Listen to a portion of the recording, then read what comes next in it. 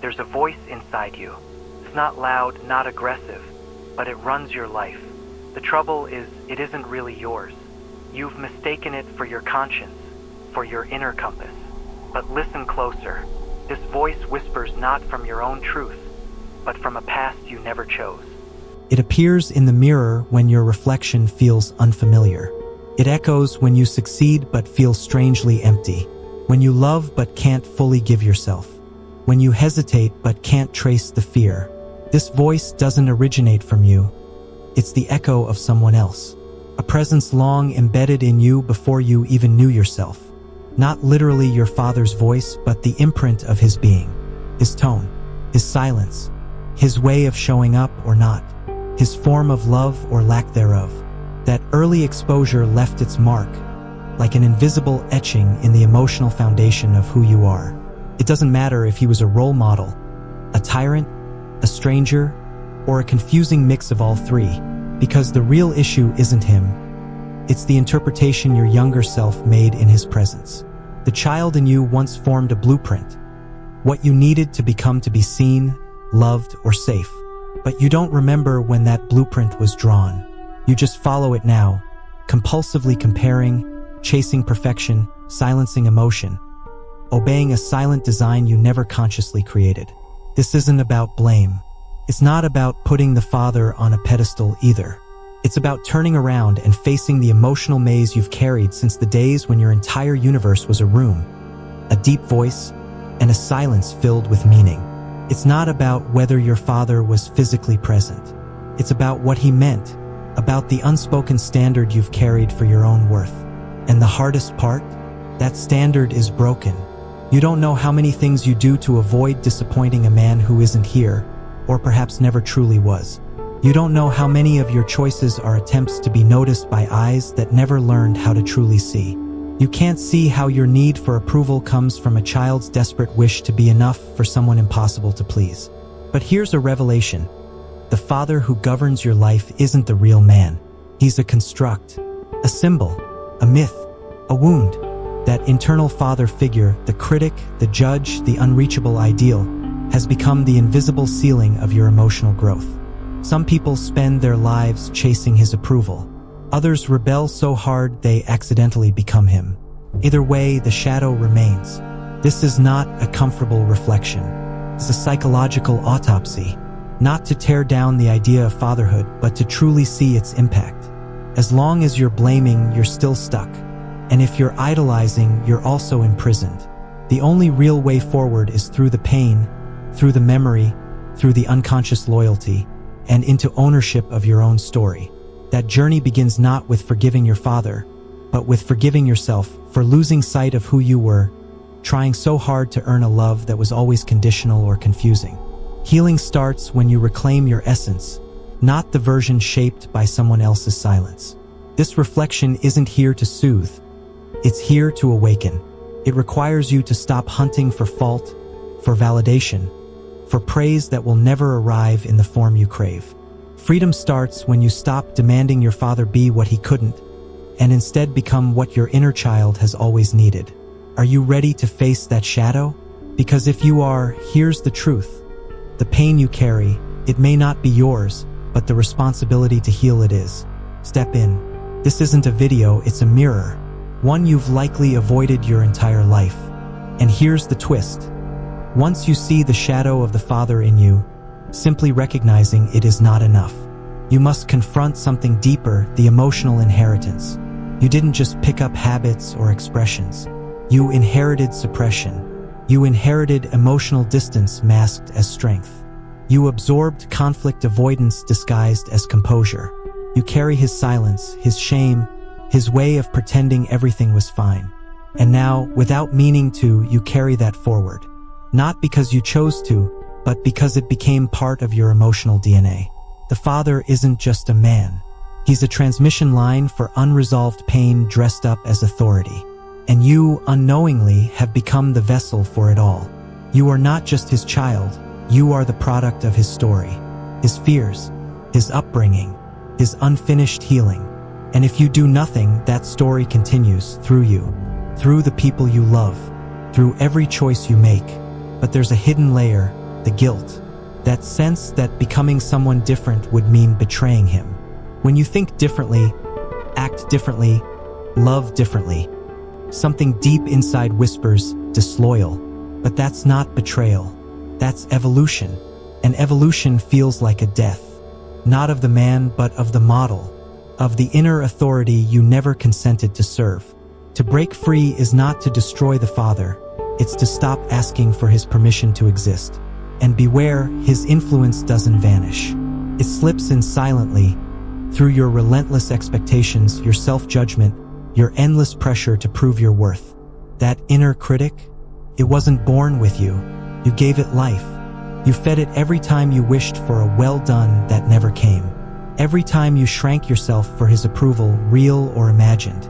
Worse still, that inner father figure may not even be based on who he truly was, but who you thought you had to be for him. You're living out a narrative your younger self wrote to survive. In that story, you were never enough, and he was always out of reach. That narrative is now your operating system. In your career, in your relationships, in your self-worth. And here comes the raw truth. If you're still chasing your father's validation, even posthumously, you're not chasing love. You're trying to heal a wound that cannot be closed from the outside. It only heals when you stop, when you turn inward, when you embrace the boy inside you who still believes he has to earn love. That boy needs to be told, you don't have to try anymore. You are already enough. This is where most people stop, because this is the threshold of true maturity. Not the performative kind, but the kind that steps in and becomes the parent your child self never had. You hold yourself. You back yourself. You learn to say, even when you fall, I'm here. You're still worthy. That's healing. And no, the pain doesn't disappear. Changes form. It becomes a root, something solid. Grounding. Real. It becomes the foundation from which you grow with clarity, not confusion. Most people avoid that root their whole lives. They run from it, distract, justify, pretend. But as long as you avoid it, you live from the wound. You'll keep chasing more. More approval, more status, more love, and it will never be enough, because you're trying to patch an inner void with external success. Here's the hardest part. What you resent most in your father, the coldness, the distance, the temper, it likely lives in you too. That's why forgiveness feels impossible. To forgive him is to accept that you're capable of the same darkness. And that's terrifying. But in that mirror lies power. Once you accept that what hurt you may now live in you, you can stop unconsciously repeating it. You can name it, and in naming it, you disarm it. The father's shadow doesn't vanish, but it stops controlling you when you integrate it. When you stop hiding from it and instead ask, what did you come to teach me? Because maybe, just maybe, that shadow came not to punish you, but to lead you back to yourself. Now you stand at a crossroads. You can keep waiting for someone to finally tell you you're enough. Or you can choose to be that voice for yourself. You can become the presence you always wished for. Every time you choose self-compassion over self-punishment, truth over fear, self-acceptance over performance, you heal. You don't need your father to change. You don't need to decode his past. You need to take ownership of your own. Because there is a version of you who lives free, untethered to the past, untouched by old scripts. That version exists, and you will only meet them when you stop waiting for permission to be who you are. Yes, the child inside still wants to be enough, but there's also an adult in you now, one strong enough to protect him, to guide him, and to finally say, you are not broken, you are not alone, and you don't have to prove anything anymore. You are not your father, not his wounds, not his legacy. You are you. And if you've made it this far, it's because you've felt it too, the weight, the wound, the repetition. And you know, deep down, you can't keep living like this. It's time. Time to rewrite the story. Not to rebel, not to get revenge, but to be free. Because the real revolution isn't against him. It's against the part of you that still believes you must earn love from his shadow. Not anymore. Today, you choose to release. Today, you choose to see yourself. Today, you choose to be fully, freely, and without needing permission. This is the beginning of your real story. But after the inner shake-up, after that quiet crumble of old internal scaffolding, comes the most difficult stage. What now? Letting go of your father's shadow isn't the final chapter. It's the first blank page. A void opens. No rules. No scripts. No outside voice steering your steps. And that silence, it's terrifying. You've lived under a structure rigid, demanding, authoritative. It suffocated you, yes, but it also gave you direction. Now that you've questioned it, torn it down, a haunting question arises. Without his image guiding me, who am I? This is where the real work begins. Dismantling the myth of the father wasn't just emotional, it was structural. You've taken apart a lifelong compass. And now you stand in the wilderness with no map. It's disorienting because emotional freedom doesn't come cheap. It's earned. Earned through letting go, through grieving, through pain.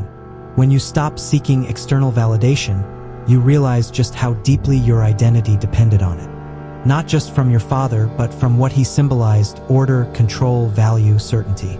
And then another question pierces through. If I'm no longer trying to be like him, who am I becoming? The answer isn't immediate. It's not found in an idea, but in daily, lived truth. It's found in the small decisions, how you speak to yourself when no one's listening, how you handle anger, how you allow tears, how you show up when no one's watching. Everything changes, because now you're not acting from the wound. You're acting from awareness. Here comes a deeper layer, one often ignored. Your masculinity or femininity was molded through him. How you see the world, success, failure, love, strength, it all filtered through how he expressed those things. His actions toward your mother, his behavior toward you, his own view of himself. These formed a silent emotional blueprint that you've been following unconsciously. But what if that blueprint is faulty? What if it poisons you every time you follow it? Here's a truth few will tell you. The father wound often becomes a broken compass. Keeps leading you in the wrong direction, but you cling to it because it's familiar. It's all you know. Your way of loving might be a warped reflection of what you saw at home. Your reactions to failure might mirror how he collapsed or raged when things went wrong. And when you see yourself becoming what you swore you'd never be, it scares you. You thought you had outgrown him, but the program is still running, still active, still shaping your nervous system, your habits, your instincts. This isn't just psychological, it's physical. His imprint lives in your shoulders, in the tightness in your throat, in the way you flinch when judged. It lives in the way you keep everything under control. The things you couldn't say as a child have stayed locked in your body, and your body has never forgotten. This isn't about letting go and moving on. It's about emotional demolition and rebuilding from the ground up. It's not quick. It's not neat. It's not easy. You have to learn to live from a different voice. One that doesn't dominate. One that doesn't judge. One that was buried long ago for the sake of survival. This voice is yours. Soft, quiet, unfamiliar at first. You won't trust it right away because you've been conditioned to only respond to pressure, demands, and critique. But this gentleness is not weakness. It's power that doesn't shout. It's clarity that doesn't need approval. And along this path, you'll notice something else. You've been passing on the very pain you once received. You ignore people when you feel unheard. You react in anger when you feel abandoned. You interpret indifference as betrayal because the wound was already there, waiting to be touched. It's not just your father now. It's you, repeating the wound like a language you never meant to learn but now speak fluently. But this is where the chain can break. Not by burying the pain, not by excusing it, but by finally seeing it and deciding with full intention to stop handing it down. Not to your children, not to your partner, not to yourself. You have the power to become a safe place. For yourself. A place where you can fail without shame. A place where being human is allowed. A place where you don't have to earn your right to exist. Maybe your father didn't know how to hold space for your pain, but now you can. Maybe he never knew how to speak, but you can learn to express. Maybe he never really saw you, but you can finally learn to see yourself. And from that radical self-compassion, a new story is born. Not shaped by old bruises, but carved from awareness. A story where you no longer strive to be anyone else, only more you. Over time, something subtle but powerful happens. You stop battling your past. You stop fighting shadows. Not because everything is fixed, but because you've changed positions. You're no longer living from the wounded child, you're guiding him now. And you owe no one anything for that. Not even him. Now, before we continue, we invite you to explore our book, The Formula of Awakening. If something inside you is stirring, something that wants to emerge but doesn't know how, this guide is for you. It will help you reshape your thoughts, your patterns, your life. Find the link in the pinned comment. Get your copy at a special price. Now back to you. Look at yourself. Really look. You've already changed. You've faced the lies you once told yourself. You've heard the things you tried to silence. That tightness in your chest? That's not weakness. That's awakening. Because the thing you feared most wasn't your father, or his absence, or his disapproval. What you feared most was the moment you realized you don't need him to define you anymore. And that's exactly what's happening. The script is in your hands now. And while that truth is freeing, it's also frightening. Because if you're no longer living under his shadow, who are you now? And here's the deepest twist of all, one almost no one talks about. When you stop chasing the father out there, something strange happens. He begins to awaken within you. Not the voice of judgment, not the cold absence, not the fear, but a new presence. One that supports instead of controls, guides without demanding, witnesses without punishing. That inner father doesn't resemble the one you were given, because he's not made of fear or silence. He's made of you, your clarity, your kindness, your transformed pain, your freedom to choose. And from that place, life begins to shift. Your choices carry new weight. Your relationships deepen. Your energy no longer circles the old wound, it moves forward. You are no longer a repetition. You are a creation. But this isn't the end. It's only the beginning. Now comes the part that will test you the most. Practice. When someone leaves, when old wounds ache, when the judge inside you shouts, that's when it counts. That's when you'll know whether you're living from awareness or still obeying the wound. You'll fall. You'll doubt. You'll want to retreat. But every time you choose presence over pain, love over punishment, truth over performance, you win a battle no one sees. And that is the most courageous thing you'll ever do. Most never make it this far. They keep blaming, avoiding, pretending. But you are here. And that means something in you has awakened. Something in you is tired of surviving, tired of repeating, tired of pretending to need what you no longer do. So this journey ends as a video, but your real story begins here. One written by your own hand, one lived by your own truth, one freed from inherited chains. If this stirred something inside you, if it reopened a wound you forgot was there, leave a comment. I choose my story, because choosing your story means writing what no one ever taught you to imagine. And if this hit home, subscribe. This space isn't built to entertain. It's built to awaken, to remind you, you are not alone in this transformation. Now turn off the screen, be still, listen to what your body says, and do what no one ever did for you. Hold yourself like you matter, because you do. See you in the next video, or in the next version of you. And remember, the shadow dissolves when the fire burns from within.